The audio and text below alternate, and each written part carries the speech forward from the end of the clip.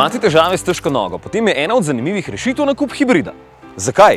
Je zato, ker s hibridom enostavno hočeš voziti ekonomično, pa še fajn se ti zdi, ko je poraba bencina majhna.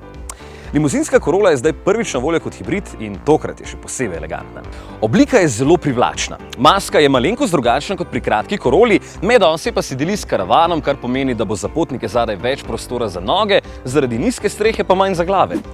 Ker gre za najbolje založen primerek, ima še krasna 18-palčna platišča, odlične materiale, ki so skoraj povsod mehki in zelo dobro izdelavo. Merilniki so napol digitalni in odlično pregledni, predvsem pa so mi všeč tile veliki gumbi, da ni treba cel cajt pritiskati po zaslonu in puščati prstnih odtisov. Vem, motorizacija vas najbolj zanima. Tule je na voljo samo šibkejši hibrid z 1,8-litrskim bencinskim motorjem z 90 kW moči, torej 122 konji, pomaga pa mu elektromotor z močjo 53 kW, kar je 72 konjev. V primerjavi z Aurisom se mi zdi pogonski sklop čudežno izboljšan in deluje precej bolj umirjeno, če ne pospešujete na vso moč.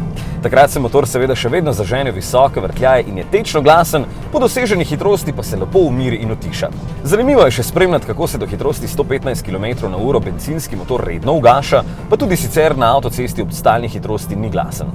Manj užitkov boste deležni, če boste hoteli biti dinamični.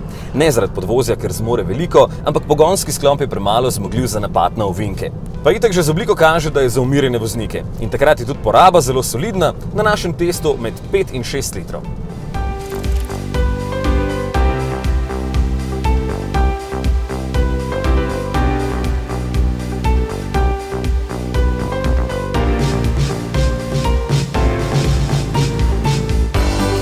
Limuzina je s 471-litrskim prtljažnikom celo 200 € cenejša od kombi limuzine z enako opreme.